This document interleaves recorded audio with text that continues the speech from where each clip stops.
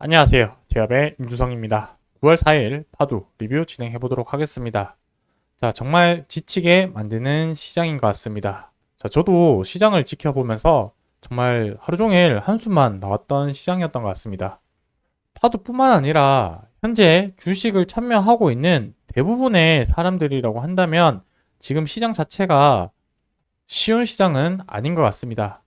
자, 이럴 때일수록 저는 제가 할 수 있는 것과 할 수 없는 것을 최대한 구분 지어서 할 수 있는 것에 조금 집중을 하려고 합니다. 자, 그래서 이러한 시장 상황들을 탓하거나 내가 바꿀 수 없는 것에 집중하는 것이 아니라 내가 할 수 있는 것들이라고 한다면은 결국에 현재 데이터, 그 다음에 업황에 대한 전망, 이러한 부분들, 그리고 하락의 이유에 대한 부분들을 해석을 하고, 그래서 내가 투자하고 있는 기업 가치에 훼손되지 않는다라고 봤을 때는 조금 더 단단하게 투자할 수 있는 그런 원동력이 될 수 있지 않을까라고 생각을 하고 있습니다. 자, 그래서 1차적으로 오늘 하락 이유 한번 좀 짚어보고요. 관련된 데이터 상황들을 한번 말씀드려 보도록 하겠습니다. 자, 결국에 어저께 이제 경기 침체에 대한 공포, 첫 번째, 그리고 두 번째는 엔비디아의 급락, 이렇게 두 가지 이유였다라고 말씀드릴 수가 있을 것 같습니다. 자, 내려가서 관련 내용들 조금 더 살펴보면은 엔비디아가 9.5% 하락을 했고요. 인텔 9.8%, AMD 7.8%, 퀄컴 6.8%등 다양하게 반도체 관련된 기업들의 큰 하락세가 많이 나오게 되었습니다. 그리고 이제 제조업 경기 위축이 되었다라는 지표가 발표가 되면서 시장의 침체 우려가 다시 한번 불거진 상황이었다라고 볼 수 있겠습니다. 자, 제조업 구매 관리 지수가 47.1을 기록을 했고, 이 생각보다 예상치보다 좋지 못하게 나오게 되면서 특히 이제 50 기준값보다 더 미만인 가격이 아니고 수치가 나오게 되면서 이 제조업에 대한 경기가 위축된다라는 우려가 커지면서 시장의 하락세가 나왔다라고 볼 수 있겠습니다. 앞전에 나왔던 하락과 동일하게 외부 요인에 의한 하락세라고 볼 수 있겠습니다. 자, 그래서 당분간 시장 흐름은 미국 증시의 흐름과 좀 비슷한 흐름으로 가지 않을까라고 생각이 들기 때문에 미국의 뭐 고용지표라든지 관련된 이런 매크로에 영향을 미칠 만한 요인들을 잘 지켜보면서 시장 흐름들을 좀 대응을 해야 되는 상황일 것 같습니다. 자, 어제 말씀드린 것처럼 현재 전방 산업에 대한 빅테크 기업들, 잠재적인 파도의 고객사들을 살펴봤었는데 이 고객사들은 지금 투자를 더 늘리고 있는 상황이라고 말씀을 드렸었고요. 그리고 제가 지속적으로 말씀드렸던 이 반도체와 관련된 수출 데이터를 한번 살펴보도록 하겠습니다. 자, 상승세는 계속해서 상승세이긴 하지만 이 증감폭이 소폭 감소된 부분은 있습니다. 수출 증감률 같은 경우는 계속해서 50% 정도 나왔었는데 지난달 8월 달에는 39% 상승률 증감률이 보였습니다. 자, 이번에도 관련해서는 이 메모리 쪽이 상승세를 주로 이루었었고요. 이제 하반기에 신규 스마트폰 출시, 그리고 AI 서버 투자, 그 다음에 기업용 SSD 수요 증가, 메모리 반도체 수요 증가로 호조세는 지속이 되었습니다만 증감률 부분들이 보시게 되면은 계속해서 90% 정도로 유지를 해 오다가 지난달 8월 달에는 72%, 그 다음에 시스템 반도체인 비메모리 같은 경우는 3% 증가세를 좀 보인 게 상황입니다. 이 부분은 쉽게 얘기하면 이런 것 같습니다. 증감폭이 이런 식으로 증가를 하다가 지금 기울기가 살짝 꺾인 부분이라고 생각이 들고 있고요. 지금 여기 있는 변곡점에 있는 상황이라고 생각을 하고 있습니다.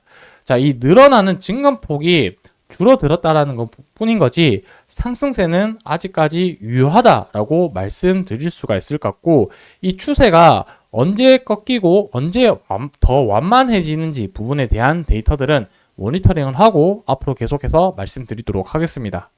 자, 그래서 제가 계속 리뷰했던 부분들을 다시 언급드리면 2분기 실적도 1분기 실적 대비해서 다시 회복세로 접어들고 있는 상태고요. 잠재적인 고객사, 그러니까 빅테크 기업들의 투자도 계속해서 늘어나고 있는 상황이다. 마지막으로 이 반도체와 관련된 수출 데이터는 봤었을 때 증감률 폭은 소폭 감소하긴 했지만 이 증가세 자체는 계속돼서 유지하고 있는 상황이다라는 관점에서 봤을 때는 아직까지는 기업에 대한 가치 훼손은 아니지 않을까라고 생각을 하고 있습니다. 그럼에도 불구하고 주가 흐름이 이렇게 흘러갔을 때, 그러니까 계속해서 횡보를 하고 좀 올랐다 싶으면 또 빠지고 올랐다 싶으면 빠지고 시장이 계속해서 공포 분위기로 흘러가면 갈수록 버티기가 좀 더 쉽지 않은 상황으로 계속 흘러가고는 있지만, 그럼에도 불구하고 할 수 있는 부분들, 이런 데이터들을 확인을 하고 여러분들이 투자를 이어갈지 말지 결정할 수 있는 그런 근거가 되지 않을까라고 생각을 합니다.